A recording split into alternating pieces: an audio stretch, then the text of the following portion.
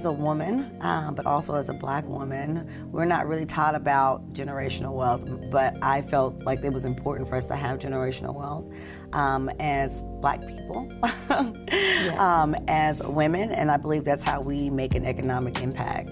I decided to be an entrepreneur for Black women, to be honest. I wanted Black women to see that you can be anything that you want to be, and you can be more than what I feel like America has perceived us to be. And I'm an advocate for women, to be honest, and especially, Black women specifically. We're all women.